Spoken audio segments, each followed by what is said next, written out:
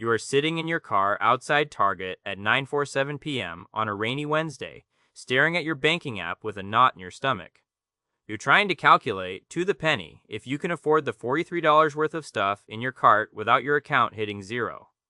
It's not even fun stuff. It's toothpaste, laundry detergent, and a birthday card for your nephew. While you're doing poverty math in a parking lot, your coworker Sarah just posted a photo from her second vacation this month. Cabo, again. She makes the same salary you do. She has the same job title, the same rent, and lives in the same city. So, what's the secret? Is she a secret heiress? Is she drowning in credit card debt? The answer is going to make you unreasonably angry because it's actually much simpler than that. Our friend Sarah made one boring financial decision 6 years ago, spent 30 minutes setting it up, and then literally forgot it existed. That one decision is currently worth $43,000. By the time she retires, it'll be worth nearly $3 million. That decision cost the exact same amount you probably spent on DoorDash last month. By the end of this video, you're going to know exactly how to flip that switch for yourself. I'm going to show you the math that your school teachers completely ignored, and I promise you, once you see it, you can't unsee it. But here's where it gets interesting. Most people think building wealth is about how much you earn. It's not. It's about how much your money earns while you're sleeping. Let me introduce you to two people. We'll call the first one Jessica. She's 28, makes $65,000 a year, and drives a used 2019 Honda Civic. She has $47,000 in her investment account. Then there's Amanda, also 28, also earns $65,000. She drives a brand new BMW 3 Series and has about $3,000 in her investment account. Both think they're doing just fine. But let's hit the fast forward button on their lives. By age 35, Jessica has $162,000. Amanda has $31,000. The gap is widening, but Amanda isn't worried yet. She's still young, right? Let's jump to age 45. Jessica is sitting on over $500,000. Amanda has $94,000. Now, Amanda is starting to panic. She's got 2 kids, a bigger mortgage, and even less room in her budget to save. By age 55, the math goes vertical. Jessica has $1.5 million. Amanda has $200,000. Amanda is frantically Googling how to catch up on retirement at 55, only to realize she needs to save 40% of her paycheck just to survive. It's not going to happen. By age 65, Jessica retires with $4.3 million. Amanda has less than $500,000 and realizes she'll be working until she's 72, minimum. Same starting point, same salary. One is free, the other is trapped. What was the magic difference? Jessica invested $500 every single month starting at age 22. She put it into an S&P 500 index fund, set it to autopay, and went back to living her life. Amanda spent that same $500 on a car payment. For her entire 20s and 30s, she always had a car payment. That new car smell literally cost her nearly $4 million. Now, I know what you're thinking. Dollar bill, $500 a month is a lot of money. Where am I supposed to find that? Well, hold on to your hat, because this is the part that gets uncomfortable. You already have the money. You're just giving it to people who don't care about your future. The average American spends $273 a month on subscriptions they barely use. Gym memberships, streaming services, apps they forgot they signed up for. Then there's dining out and delivery apps, which eat up another $280 a month on average. Add those together, and you found $553 without even trying. But here is the shocking fact that will keep you up at night. You aren't just spending $280 on dinner. If you invested that restaurant budget instead, it would become $632,000 over 30 years. You are literally eating a $600,000 dinner. Every time you hit order on that app, you are choosing to work an extra few months in your 60s. Most people don't realize they are making that trade-off. Stay with me, because I'm about to show you the math that actually breaks people's brains. If you invest $500 a month for 40 years, you end up with $3.1 million. But here's the kicker. Out of that $3.1 million, you only actually contributed $240,000 of your own money. The other $2.9 million, that's 92% of your wealth. It all came from compound interest. You planted a small seed, and the market grew it into a forest. The first $100,000 is the hardest. It takes about 10 years of grinding and saving, but going from $1 million to $2 million, that only takes about 6 or 7 years because your money is now making more money than you are.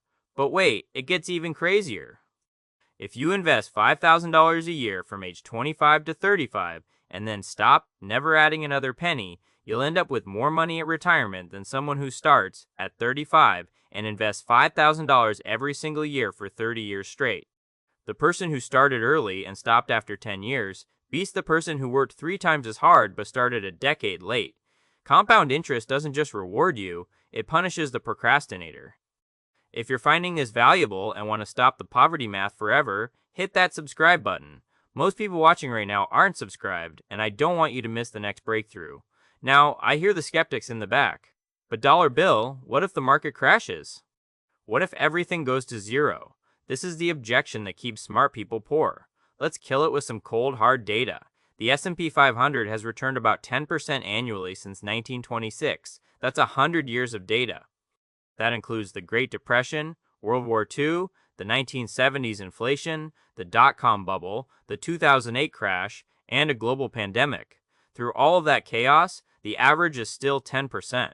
In fact, the S&P 500 has never produced a negative return over any 20-year period in history. Not once. If you stay in for the long haul, you win. The secret nobody tells you is that when the market crashes, it's actually your best friend. If the market drops 30%, your $500 is now buying shares at a 30% discount. You're getting more for your money. It's like a going out of business sale for the biggest companies in the world. The biggest risk isn't a market crash, it's your own brain. Your brain was designed 200,000 years ago to eat the berries today because you might not be alive tomorrow. We call this present bias. Your brain would rather have a $500 gadget today than $3 million in the future. Then there's loss aversion. The pain of losing $100 feels twice as strong as the joy of gaining $100. This is why people panic sell when the market dips, which is the absolute worst thing you can do. Research shows that the less you check your account, the richer you get, and don't get me started on lifestyle inflation. Every time you get a raise, you buy a nicer car or move into a fancier apartment. You're just running faster on a treadmill that's going nowhere. You know who's making money off your inability to save? Everyone else. The car dealerships, the banks, the credit card companies, they are all stealing your retirement $500 at a time. But you don't have to be a high-flying CEO to win this game. Have you heard of Ronald Read? He was a gas station attendant and a janitor in Vermont. He wore a jacket held together by safety pins and drove a rusty old Toyota. His coworkers thought he was struggling. When he died at age 92, he left $8 million to his local library and hospital. He wasn't a genius, he just bought stocks and never sold them for 70 years. He lived on less than he made and let the math do the heavy lifting. Then there's the fee scam that might be stealing $200,000 from you right now. If you put your money in a fund that charges a 1% fee, you might think, 1% isn't much. But over 30 years, that 1% fee can eat up $250,000 of your gains. You want low-cost index funds, things like the Vanguard S&P 500 ETF, VOO, or the Fidelity 500 Index Fund, FXAIX. They cost almost nothing to own, and they do the work for you. So, how do you actually start? It's 5 simple steps. Step 1. Open a Roth IRA at a place like Fidelity, Vanguard, or Schwab. It takes 20 minutes. Step 2. Link your bank account. Step 3. Buy an S&P 500 Index Fund. Step 4. Set up an automatic transfer of $500 a month or whatever you can afford. Step 5. Forget the password. Don't look at it. Let it grow. Every day you wait, the mountain you have to climb gets steeper. If you start today, $500 a month gets you to $3 million. If you wait 10 years, you'll need to save over $1,000 a month just to reach the same goal. Time is either your greatest ally or your worst enemy. There are 2 versions of future you, 40 years from now. One is checking their account, seeing millions of dollars, and planning a stress-free retirement. They are free. The other version is trying to figure out how to pay for medication while working a part-time job because Social Security isn't enough. Both of those people are you. The only thing that determines which one becomes real is what you do in the next 30 minutes. Open the account, set up the transfer, then go live your life while the math works in the background. Or don't, and spend the next 40 years wondering where the money went. Drop a comment telling me what one luxury you're willing to cut this month to start your investment fund. Is it the daily latte? The 3rd streaming service? Let me know. And subscribe if you haven't. I post new videos every week to help you win the money game. See you in the next one.